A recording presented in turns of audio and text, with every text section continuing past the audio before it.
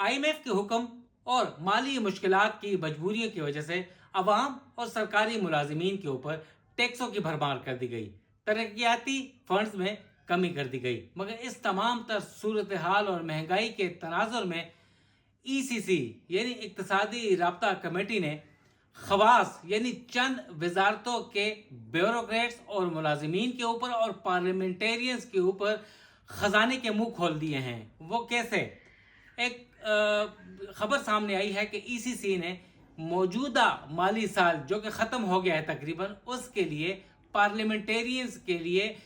Development جو scheme ہے وہ بحال کر دی ہے اور 10 ارب روپے کی خطیر رقم جاری بھی کرنے کا فیصلہ کر دیا اور جاری ہو بھی جائے گی، اور یہ کہنا ہے کہ یہ سیاسی مصلحتوں کی وجہ سے جاری کی گئی ہے، جبکہ اس کے اوپر کٹوتی لگا دی گئی ہے تھی۔ پرائم منسٹر نے اس کے اوپر جو ہے وہ ختم کر دیے تھے، یہ بند کر دیے تھے فنڈز، اور پارلیمنٹیرینز کو خیر آباد کہہ دیا تھا، اور اسی کی وجہ سے کرپشن کی وجہ سے PWD ختم کر دی گئی تھی، مگر نہ ابھی تک PWD ختم ہوئی اور وہی فنڈز دوبارہ سیاسی مصلحتوں کے لیے استعمال ہو رہے ہیں۔ اب دیکھنا ہے کہ 28ویں ترمیم ہے کیا ہے۔ اور دوسری جانب ایک بہت بڑی ڈیولپمنٹ یہ ہے کہ ECC نے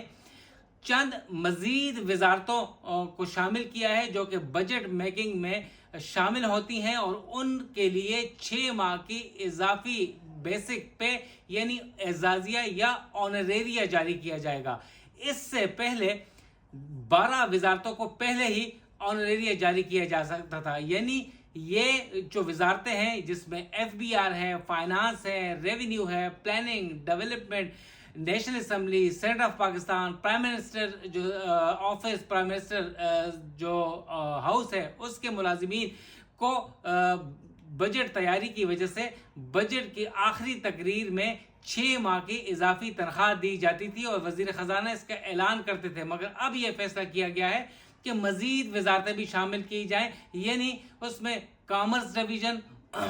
اور اس میں لا اینڈ جسٹس ڈویژن اور AGPR یعنی accountant general of Pakistan revenue, انہیں شامل کیا گیا ہے۔ اور یہ ECC کے جو اجلاس میں یہ نہیں بتایا گیا کہ کتنے ارب روپے کا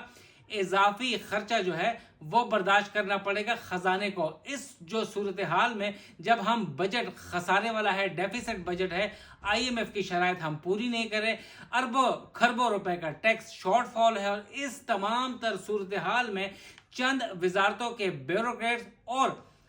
جو ملازمین ہیں انہیں بجٹ کی تیاری میں معاون جو بہت بڑے تیر مارتے ہیں، ان کے لیے اربوں روپے کی منظوری دے دی گئی ہے، مگر دوسری طرف جو کلرکس ہیں، جو دیگر وزارتوں کے ملازمین ہیں، اساتذہ ہیں، ہیلتھ ورکرز ہیں، انہیں نہ الاؤنس دیا جاتا ہے، نہ تنخواہوں میں اضافہ کیا جا رہا ہے۔ تو اس تمام تر صورتحال میں ایک رنجش پیدا ہوگی سرکاری ملازمین کے دلوں میں کہ یہ ان کے ساتھ کیا ہو رہا ہے، اور دوسری طرف